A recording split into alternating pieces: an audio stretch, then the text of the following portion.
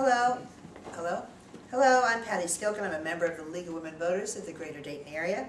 I'm here today with a candidate who's running for the office of State Representative for the 74th District. The 74th District covers the geographic area across the central and eastern areas of Greene County, including the cities of Xenia, Jamestown, Spring Valley, Cedarville, and Bowersville. The townships surrounding these municipalities are also included in this district. The district also includes portions of Clark and all of Madison counties. There are two candidates running for this office, Mr. Steve Key, who's here with us, and Mr. Robert Hackett, who was unable to attend. To begin, we're going to give Mr. Key 2 minutes to make an opening statement explaining a little bit about himself and why he's running for this office. Mr. Key? Well, thank you, and thank the League. I am Steve Key. I am running for the 74th House seat. I was born in Tupelo, Mississippi. I'm one of 7 kids. We migrated to Wilberforce, or Xenia, with the family, and that was occasioned by the fact that my oldest sister won an academic scholarship to Central State University. Then my parents later joined, and the family joined, so that the hope was we could all go to college. And happy to report that we all did get through college. The women in the family have their PhDs. The men were kind of slackers. We just were able to master a BA degree. And over the course of the last few years, I've had some diverse career, mostly in banking and marketing and training.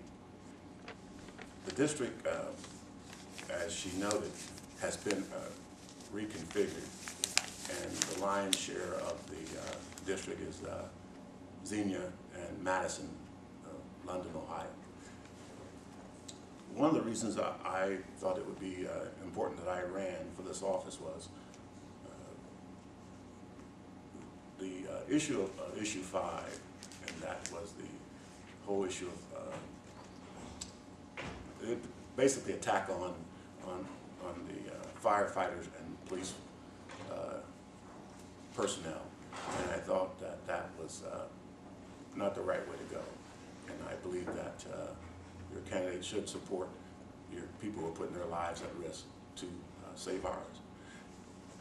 And finally, lately, my opponents and the party, their party, have made some decisions about women's health issues, and I don't think that's their preview. I think women's health issues should be left to women, and until we get more women in the House, that's important. You have a candidate there that will support women's issues. We'll have to stop there, but I do have some more questions for Okay.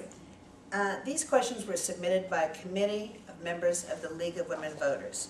The League of Women Voters is a completely nonpartisan organization, does not support or oppose any party, and the members are comprised of every conceivable political persuasion. The candidate has not heard the questions until just now. We'll start with we need a 2-minute answer to the first question. What do you see as the most important issue facing Ohio, and how do you plan to address it? There's been a lot of chatter about the new health care law. I personally believe that as we go into the next 2 years, the health care law in Ohio will be the single most important issue we face. And the reason I believe that is I think the health care law, as it's implemented in Ohio, we'll get a chance, as my understanding is, we'll get a chance in Ohio to develop the exchanges for the health care law. Now, when I was in college, I had a professor who was one of the foremost economic professors in the country, Dr. Walter Adams.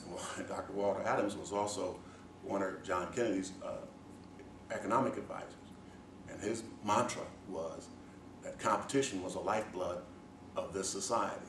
And so I say that to say that if we look at most industries, if you have one provider of services and or products, let's take Walmart, with one provider, they can dictate the price that is the public has to pay, because they get so big, monopolistic they get big and they can dictate prices.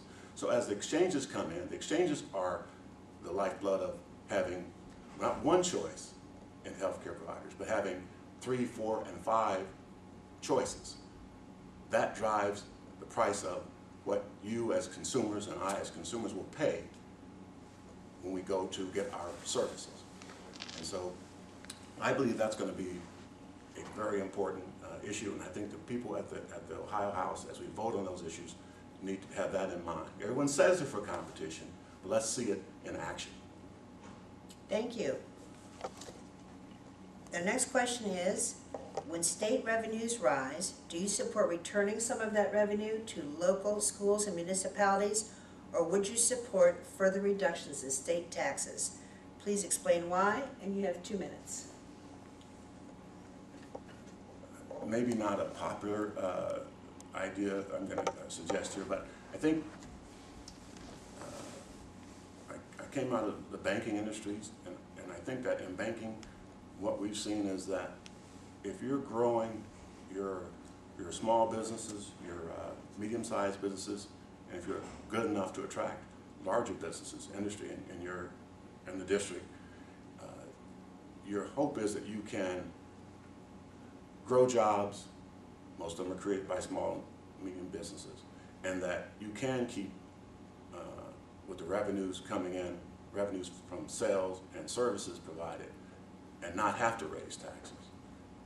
And so I would hope that we can grow in the district, and so we can keep taxes low.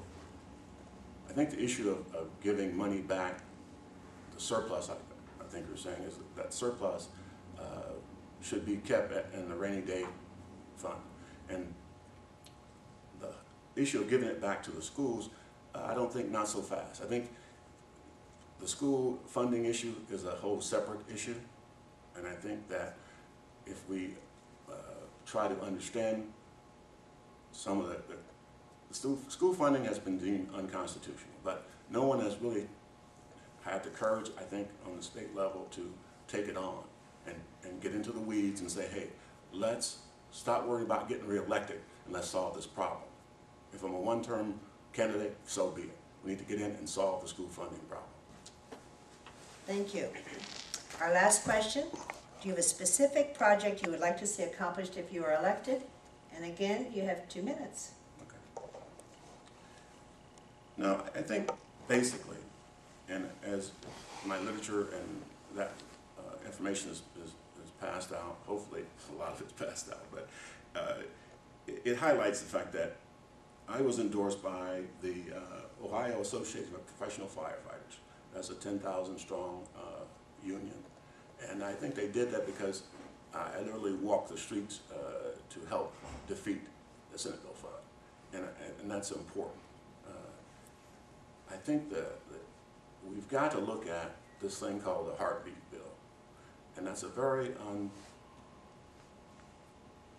unreasoned bill. And it's unreasoned, and I think I would encourage anyone out there, especially women, but men need to be appraised of that bill too, because the bill is so unpopular that in the House they passed it. In the Ohio Senate, they're walking away from that. You can't even get the Ohio senators to really endorse that bill.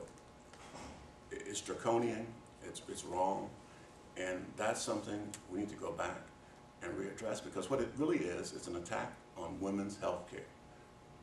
And it's not right.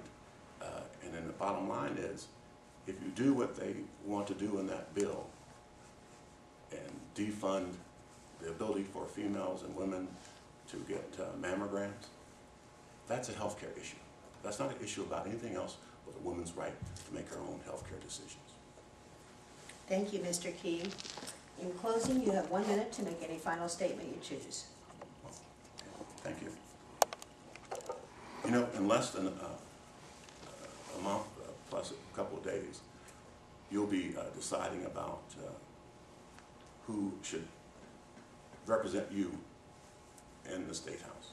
And I know it'll be a generational change. Let's be candid about that. We haven't had that representation since I think Mr. Zenner, who was my high school history and political science teacher. That's the last time we've had a Dem in that office.